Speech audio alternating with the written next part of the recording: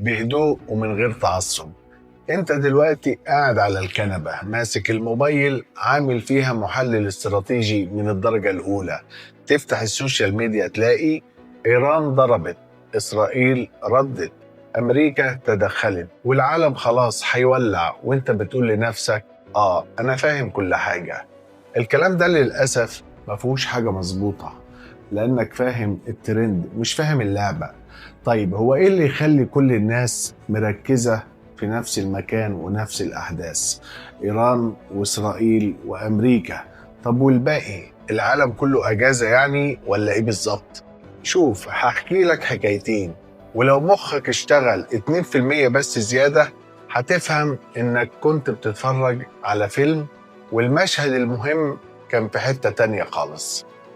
أول حاجة عندنا فنزويلا، دولة عندها نفط ومش نفط عادي، دخلت في مشاكل مع الولايات المتحدة، عقوبات وضغط وخنق اقتصادي، والناس اتقسمت نتيجة التدخل ده. شوية قالوا حماية للديمقراطية، وشوية قالوا لأ ده تدخل في السيادة.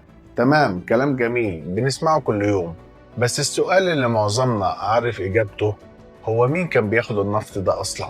الإجابة الصين. أيوة بالظبط كده، هي الصين اللي مش بتطلع في الترند أصلا واللي مش باين على الساحة. خلينا بقى فاكرين إن الإجابة هي الصين، ونروح للحكاية التانية اللي هي إيران. نفس الفيلم، نفط زائد عقوبات زائد توتر زائد تهديدات، والتحليل كالعادة أصل في نووي، صراع إقليمي. طيب حلو، مين أكبر زبون للنفط الإيراني؟ سواء بقى الإجابة مفاجأة أو مش مفاجأة، لكن هي نفس الإجابة، الصين. استنى بقى وما تسرحش وركز معايا. يعني كل مرة يحصل ضغط على فنزويلا الصين تتأثر، وكل مرة يحصل ضغط على إيران الصين تتأثر. طب لحد كده الأمور واضحة، ندخل بقى في الجزء اللي محدش بيحب يتعمق فيه. الصين مش دولة عادية، دي المصنع بتاع الكوكب كله. التيشيرت اللي عليك ده اتعمل هناك، الموبايل اللي في ايدك طالع من مصانعهم، حتى الحاجات اللي انت فاكرها ألماني أصلي غالبا اتقفلت في الصين. بس في مشكلة صغيرة جدا، الصين محتاج عشان تعمل ده كله محتاجة الطاقة. يعني ايه بالظبط؟ يعني المصنع العملاق ده عايش على البنزين اللي جاي من بره. تخيل معايا كده، واحد فاتح أكبر فرن عيش في العالم، بس الأنبوبة عند الجيران.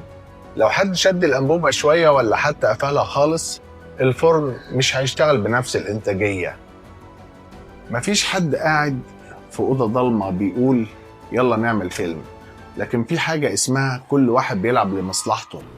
الولايات المتحدة مش عايزة تفقد السيطرة، الصين عايزة تكبر، والخناقة بينهم مش لازم تبقى وش الوش. يعني الصين لما قالت طب ماشي أنا مش هفضل تحت رحمتكم، وعملت مشروع اسمه مبادرة الحزام والطريق، شبكة طرق، مواني، سكك حديد، يعني أعمل لنفسي سكة لوحدي. بس تعالى هنا بقى، فين المنطقة اللي لو ولعت الدنيا كلها تتلخبط؟ الشرق الأوسط، لأنه طاقة وموقع وتجارة. يعني باختصار لو الدنيا ولعت هنا الدنيا كلها تسخن. طيب نيجي للنقطة اللي بتقفل الدايرة، عشان نبقى كده قفلنا على ملف الصين خالص، شفنا الموضوع رايح على فين بالظبط. تايوان جزيرة صغيرة كده، بس عاملة قلق للدول الكبيرة كلها وللعالم كله، عشان فيها شركة اسمها TSMC. الشركة دي بتصنع مخ العالم، ده مش هزار. موبايلك وعربيتك وسلاحك وكله معدي من هناك. يعني ببساطة اللي يمسك المكان ده بيمسك المستقبل. فالموضوع مش مين ضرب مين، الموضوع مين بيخنق مين بالراحة من غير ما حد ياخد باله.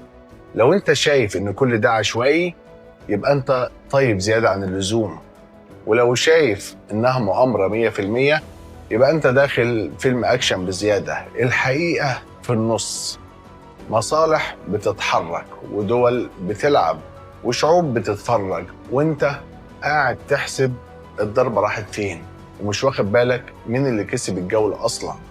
فقبل ما تكتب كومنت تقول فيه إيران كسبت أو إسرائيل انتصرت، اسأل نفسك سؤال واحد بس: أنا بتفرج على المباراة الصح، ولا حد ملاهيني بالكورة والماتش الحقيقي بيتلعب في حتة تانية؟ مش عايز أطول عليكم، كان معاكم عبد السلام محمد من قناة شوية عقل. سلام مؤقت للحلقة الجاية.